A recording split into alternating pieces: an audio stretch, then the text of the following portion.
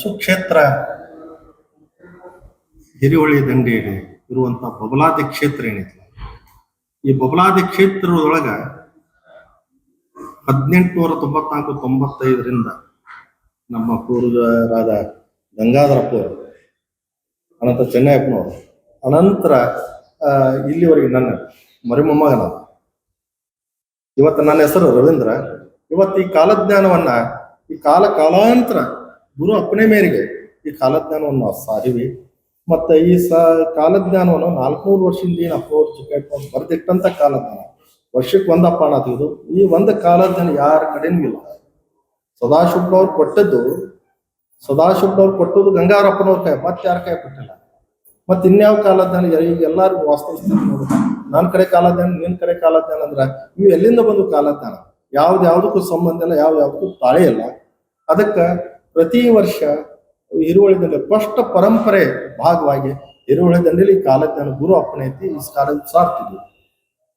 ನಂದ 2008-9ರಿಂದ 2024ರವರೆಗೆ ಈ ಕಾಲಜ್ಞಾನ ಅಪ್ಪ ಅವರ ಗುರು ಅಪ್ಪನ ಮುಖಾಂತರ ನಾನು ಸಾರಿದ್ದೆ. ಆದ್ರ ವಾಸ್ತವ ಪರಿಸ್ಥಿತಿ, ಗುಂಡಾವರ್ತನೆ ಮತ್ತು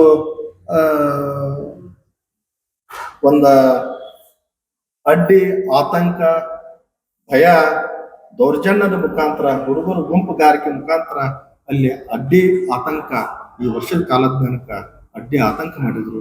ಮತ್ ಸಿದ್ದು ವಿನಾಯಕನು ಅಂತಾರ, ಉರ್ಫ್ ವಿನಾಯಕ, ಹೊಳೆಮಠ ಬಲ್ಲಯ್ಯ ಹೊಳೆಮಠ ಅವರು ಮಾಡ್ತಾರ. ಇದು ಮಾಡುದು ಶ್ರೀಮಠಕ್ಕೂ ಬಹಳ ಅಪಚಾರ. ಎಲ್ಲರ ಭಕ್ತರ ಮನಸ್ಸಿಗೂ ನೋವಾಗೈತೆ, ನಮ್ಮ ಮನಸ್ಸಿಗೂ ಅಗಾಧವಾದ ನೋವಾಗೈತೆ. ಯಾಕೆ ಪರಂಪರೆಯನ್ನ ತಪ್ಪಿಸಿದ್ರಲ್ಲ. ಕಾಲಾಂತರ ಅಲ್ಲಿ ಬಬಲಾದಿ ಗ್ರಾಮಸ್ಥರು ಹೇಳಿದ್ರು, ಗುರು ಹಿರಿಯರು ಹೇಳಿದ್ರು. ಏನಿದು ಗುರು ಹಿರಿಯರು ಹೇಳ್ತಾರಂದ್ರ, ಅಪ್ಪವ್ರು ನಾ ಹುಟ್ಟಿದ ಅವ್ರು 70-80 ವರ್ಷದವ್ರು ಹೇಳ್ತಾರ, 75-78 ವರ್ಷದವ್ರು ಹೇಳ್ತಾರ.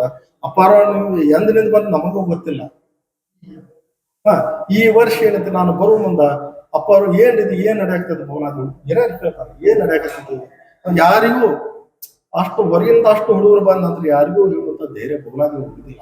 ಎಲ್ಲರಿಗೂ ಭಯ ಮಾಡ್ತಂದ್ರೆ. ಒಬ್ಬ ಗೌಡ ಹೇಳ್ತಾನ, ಬಡಿಸ್ಕೊಂಡು ಮಂದಿ ಬರತೈತಲ್ರಿ ಅಂತ ಹೇಳ್ತಾರ. ಅಂದ್ರ ಇದು ಯಾವ ನ್ಯಾಯ? ಅದಕ್ಕ ಈ ವರ್ಷದ ಕಾಲ ಜ್ಞಾನ ಜಗತ್ತಿ ಮುಚ್ಚಿಟ್ಟು ಅಂತ ಅದು ನಂದು ತಪ್ಪಾದಿತ್ತು.